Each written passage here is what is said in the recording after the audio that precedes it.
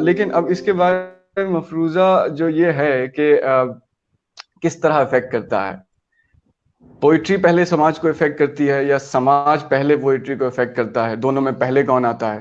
یہ سب ایسے سوال ہیں جن کے بارے میں میرا خیال ہے کوئی بھی ایک رائے ابھی تک نہیں ہے. لوگ بہت کوشش کر رہے ہیں جگہ جگہ سے، الگ الگ لوگوں سے، اور الگ الگ تھیوریز ہیں، لیکن ایک رائے نہیں ہے کہ آخر میں ایسی کیا چیز ہے جو اسٹیٹ اور پوئٹری کو بائنڈ کرتی ہے. تو جہاں تک ذمہ داری کا سوال ہے کہ شاعری کی کتنی ذمہ داری ہے کہ وہ سماج کو بچا کے رکھے، یا سماج کی کتنی ذمہ داری ہے کہ وہ بچا کے رکھے، اس بارے میں اگر کوئی بھی فیصلہ میں کروں تو وہ ایک طرفہ ہوگا، مجھے ایسا لگتا ہے. Because it is still in the melting pot, we do not have an answer. تو حالانکہ یہ ضرور ہے کہ پوئٹری کے کچھ ایسے ایسپیکٹس ضرور ہیں جو کہ بات چیت کو یا کسی طرح سے سماج کے جو کچھ پہلو نظر آتے ہیں. تو ایک میرا تجربہ ہے ذاتی، میں اس سے یہاں سے ایک بات نکالنے کی کوشش کر رہا ہوں. تو 2015 میں I was with a person who is an English poet actually. So I spent a year with him and he was my mentor اور بہت کچھ سکھایا انہوں نے. تو ایک بات انہوں نے کہی، I don't know how he got to that, whether he studied it from somewhere or it was his own idea, but he just one day while we were talking، تو انہوں نے کہا کہ دنیا جو ہے وہ اچھی شاعری سے اچھی نہیں ہوتی ہے، زیادہ شاعری سے اچھی ہوتی ہے. تو I asked her, rather I did not, that time I didn't choose to contradict. He was like وہ میرے لیے he was a towering figure. I could not choose to contradict him at that point, but I questioned it again and again in my head کہ آخر کار یہ بات کا مطلب کیا ہے کہ اچھی شاعری سے جو ہے اتنا فرق نہیں پڑتا جتنی سے فرق پڑتا ہے.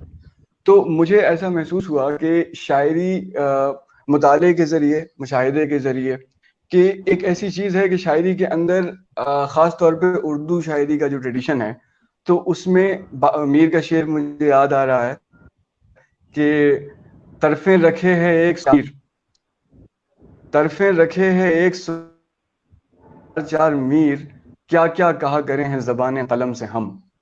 اب اس میں معاملہ یہ ہے کہ ایک بات کہنے سے اگر چار طرح کے پہلو برآمد ہوتے ہیں تو ممکن ہے کہ چار لوگ آپ کی بات میں دلچسپی رکھیں، اور اگر چار لوگ آپ کی بات میں دلچسپی رکھتے ہیں تو مکالمے کی، گفتگو کی ایک گنجائش پیدا ہوتی ہے کہ آپ بات کر سکتے ہیں.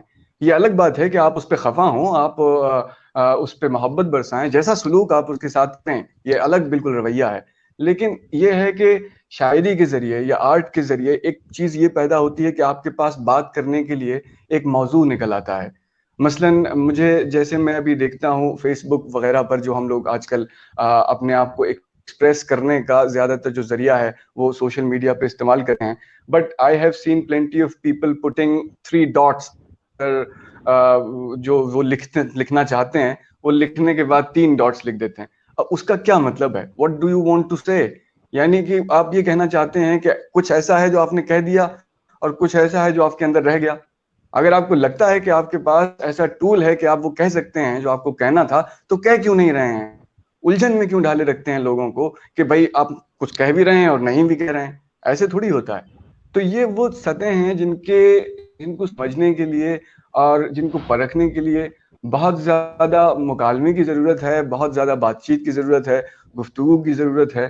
اور میرا خیال ہے یہیں سے کچھ نکلتا ہے، یہیں سے پیس کے امکانات اگر ہیں تو ڈیولپ نہیں ہوتے ہیں، سمجھ میں آتے ہیں.